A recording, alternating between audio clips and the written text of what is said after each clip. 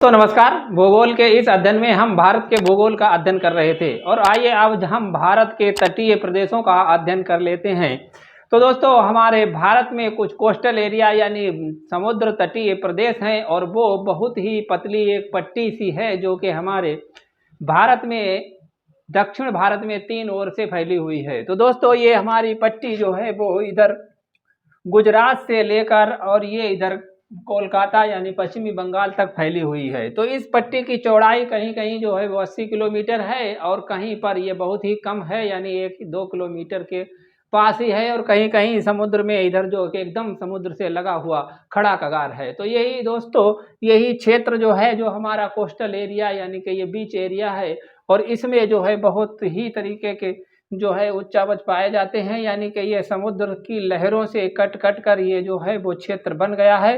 तो इस क्षेत्र में हम देखते हैं कि क्या क्या पाया जाता है। और तो दोस्तों, इधर से हम देखते हैं कि इधर हमारे जो है वो सोता पाए जाते हैं यानी कि कुछ ऐसी भूमि है पानी की जो कि समुद्र के अंदर हमारे स्थल भाग के अंदर पानी है, जिन्हें सोता नाम से जानते हैं। तो ये यहाँ गुजरात में 3 सोता पाए जाते हैं, सर सोता और कोरी सोता और गोदिया सोता। ये यहाँ पर 3 सोता पाए जाते हैं, सर सोता, कोरी सोता और गोदिया सोता। वहीं ये दोस्तों कच्छ की खाड़ी है और कच्छ की खाड़ी पर यहाँ से जब हम नीचे के लिए बढ़ते हैं तो ये जो हमारा तट है इसे पोरबंदर तट के नाम से जानते हैं और यहाँ तक का ये पोरबंदर तट है और इधर का गोहेलबर्ग तट है। वहीं दोस्तों, इधर हमारा मुंबई के पास और ये जो पणजी तक जो तट आता है इसे को कड़ तट के नाम से जाते हैं और पणजी से बेंगलुरु तक का जो तट है इसे कन्नड़ तट के नाम से जाते हैं और बेंगलुरु से नीचे कन्याकुमारी तक का जो तट है उसे मालाबार तट के नाम से जानते हैं। तो ये पश्चिमी तट का बारे में हमने देख लिया है कि पश्चिमी तट पोरबंदर तट, गोहेलबर्ग तट, कोंकण तट, कन्नड़ तट तथा मालाबार तट ये पश्चिमी तट में मिलते हैं। वहीं दोस्तों, ये जो पतली पट्टी है इसमें बहुत सी छोटी छोटी नदियां बहती हैं क्योंकि ये हमारा गुजरात का ये हिस्सा जो है ऊंचा है, इसलिए यहाँ से चारों तरफ के लिए नदियां छोटी छोटी निकलती हैं। तो इसमें जो नदियां जो हैं वो यहाँ पर एक नदी है कदर नदी और ये है ओजल नदी और शतरंजी नदी, ओजल नदी और कतर नदी। वहीं यहाँ पर बहुत ही छोटी छोटी नदियां हैं जिनके लोकल नाम हैं, वो नाम यहाँ पर देना थोड़ा मुश्किल है क्योंकि यहाँ जब हम आगे पूरा विस्तार से अध्ययन करेंगे तब उन्हें देख लेंगे। और यहाँ पर हमारा एक नदी है साबरमती नदी, वहीं साबरमती के पास में ही माही नदी है और माही नदी से नीचे जैसे ही बढ़ते हैं नर्मदा और ताप्ती नदियाँ हैं। वहीं उसके बाद में भी कुछ छोटी छोटी नदियाँ हैं जिनके कुछ जो है वो नाम यहाँ पर हैं, बेलूगा नदी और कालू नदी, कुंभी घाट है और उसके बाद पणजी गोवा बनता है। ये रचोल नदी यहाँ पर एक है, रचोल नदी के नीचे और मंगलुरु से ऊपर एक है हमारी नदी जिसे सीता नदी के नाम से जानते हैं। फिर त्रावटी एक नदी है और कुमारी घारी नदी है और पोन्नानी नदी यहाँ पर है। फिर बिम्बनाड जो है वो झील यहाँ केरल में पड़ती है। वहीं यहाँ पर एक कायल झील और है और पेपीमार कल्लड़, यहाँ पर भी 2 नदियाँ छोटी छोटी बहती हैं जिन्हें पेपीमार और कल्लड़ नाम से जानते हैं। तो दोस्तों, ये हमारे पश्चिमी तट जो है उस पर बहने वाली नदियाँ हैं। तो दोस्तों, ये जो तट है एकदम खड़ा कगार है और खड़े कगार को जब काटा गया है तो कुछ मिट्टी यहाँ पर बनी है। तो जो मिट्टी है वो बैसाल्टिक मिट्टी है यानी जो बैसाल्टिक चट्टानें इस तरह की हैं, तो उनसे जो कटकर हमारी मट्टी जो यहाँ पर बनी है उसे रेगुर मट्टी के नाम से जानते हैं। ये रेगुर मट्टी वही मट्टी है जो बैसाल्टी और काली मिट्टी है। वहीं यहाँ पर दोस्तों दक्षिण में क्रोकोडाइल रॉक्स है यानी भारत में एक दक्षिण में एक रॉक्स जिसे क्रोकोडाइल रॉक्स के नाम से जानते हैं और ये कोमोरिन अंतरीप है जो नीचे हमारा दक्षिण भारत में जो अंतरीप है सबसे दक्षिण में उसे कमोरिन अंतरीप कहते हैं। वहीं जब कमोरिन अंतरीप से हम पूरब की तरफ बढ़ते हैं तो मन्नार की खाड़ी पड़ती है और मन्नार की खाड़ी के पास में ही आदम का पुल है और आदम के पुल के बाद यहाँ पर पाक जलडमरू मध्य है और पाक खाड़ी भी है। पाक खाड़ी और पाक